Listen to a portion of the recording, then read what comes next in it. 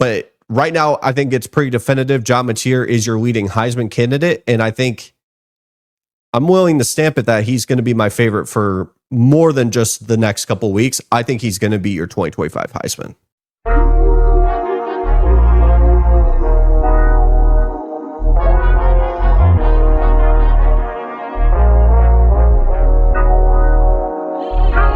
John Mateer. John Mateer. Big John. Is it safe to say John Mateer is the 2025 Heisman? Because I see the path being pretty clear for him. Now, we could talk about Carson Beck. We could talk about Tommy Castellanos. And I'm sure, as usually there is, a person that will rise up the ranks as we get further into the season. Marcel Reed being one of them as well.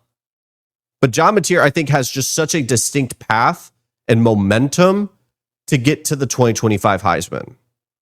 Now, I think the breaking point for him is going to be in 2 weeks. They will play Texas. So we have John Mateer, who played Auburn, the Jackson Arnold Bowl, as I've named it. Good game, good solid game. I thought that could have been a contender for College Game Day, but obviously they went to Michigan, Oklahoma in week 2, so didn't want to double dip. Jackson Arnold played better than I expected, but the offensive line for Auburn was terrible, giving up 10 sacks. And John Mateer didn't light up the world. He wasn't throwing for 400 passing yards, 3 touchdowns. Wasn't his masterclass, but to be fair, Auburn's defense is quite good. One of the best rushing defenses in the entire country. And John Mateer, what helps him, and if we were to make an ingredient list of all the things that Mateer has going for him, a lot of it bakes towards a Heisman win. We're talking about a quarterback position, check. High-profile program, check. Opportunities in the national spotlight to continuously be in the narrative around the Heisman. A huge check. We'll talk about his schedule here in a minute. Dynamic player that's going to be in highlight reel after highlight reel. Check, check, check. The storyline is all there for him. If you were to write a stereotypical book around who could be a Heisman winner, John Mateer fits the bill across the board. And so when he goes 24 36, 271, a touchdown, 29 yards, 10 carries, and another touchdown, his 10th straight game with a passing and a rushing touchdown, by the way, that boosts the narrative. Because he truthfully has become the Oklahoma rushing offense. Just look at Michigan. He had to carry it on his back because they could not block 5v5 in that box. They had to bring in a running back to go block for John because that was the best chance for them to score points. So far on the season, he has 1,200 passing yards, 6 touchdowns, 3 interceptions, 160 on the ground, 5 rushing touchdowns, so 11 total if you can't do quick math, and everything is boosting towards the direction of a Heisman. But what makes me more confident on this, and I'd be shocked if he doesn't at least get an invite because I would take that as a win. And mind you, I have been a huge John Mateer fan. This hasn't been just new information. This has been a guy that I was on his radar in terms of Washington State and been watching all of that tape. I thought he could have been a sneaky NFL guy if he just even stayed at Washington State. So he's going to boost his numbers against Kent State next week. Kent State not being a great football team for obvious reasons. It's going against Oklahoma.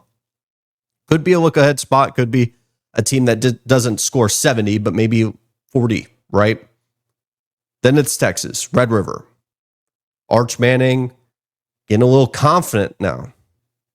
Flexing on a Sam Houston State player. I didn't want to talk about Arch Manning for obvious reasons because we've been talking about Arch Manning every single week, but I won't comment on the fact that he didn't get a taunting penalty because that's honestly what I'm more shocked about. That's going to be the boiling point for this Heisman run for him. If he can get a win against that Texas program that beat down Oklahoma last year with Jordan Hawkins. Hawkins, backup quarterback. They had like 5 wide receivers out. That's what's going to flip the switch to, yeah, he's the leader in the Heisman race, to, oh, he's running away with it. Because he will have had to go against one of the best defenses in the country, clearly has carried the load in terms of running the football and passing it. And sure, John Mateer is going to have some bad throws here and there. The sidearm throw doesn't look as pretty as you want it to be. But what's going to happen is he's going to be able to get the ball downfield and make plays. And if they're able to get a win, that's a huge difference between just a Heisman leader and a Heisman favorite that's running away. But that's not the end of the story, right? Season doesn't end after Texas. They go to South Carolina following that. That'll be a head-to-head match against more than likely Lenora Sellers. You have Ole Miss following that, at Tennessee, at Alabama, Missouri, and then LSU at home. I'm going to try to get to that LSU game. What a slate. I mean, this is truly where it gets difficult. Once you get to Texas, there's no going back. It is banger after banger after banger after banger. Shout out to Seamus. It's the Oklahoma schedule. I think people have almost forgotten because they've been doing so well and they're undefeated up to this point that Oklahoma is very susceptible to a couple more losses. Now we see what happened with Florida, right? And Florida's completely fallen off a cliff. And we'll talk about Florida and Billy Napier towards the end of today's show. But when I talk about a quarterback that's going to be placed into the narrative consistently, because it's one of those things where you have to have the momentum.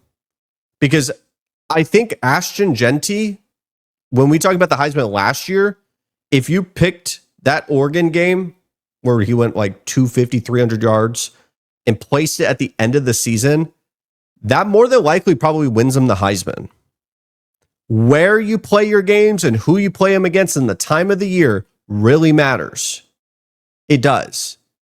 Cam Ward loses a couple games towards the end of the year. He also didn't play the most high-profile opponents that gave him an opportunity to potentially place himself into the Heisman race. Travis Hunter was at the top of the narrative while Ashton Genty was playing like San Diego State. Those little things matter into the narrative. Does it impact if I ever had a Heisman vote? Probably not. But I don't have a vote. And I've seen the track record for the other teams. But if you were to ask me right now, who do I feel really confident has the path? Because I can see Tommy Castellanos. They're going to have a pretty good path in their schedule. Carson Beck, I don't know if he's going to be at the forefront of the narrative as much. Marcel Reed for sure.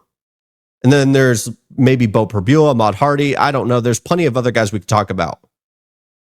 But right now, I think it's pretty definitive. John Mateer is your leading Heisman candidate. And I think I'm willing to stamp it that he's going to be my favorite for more than just the next couple weeks. I think he's going to be your 2025 Heisman.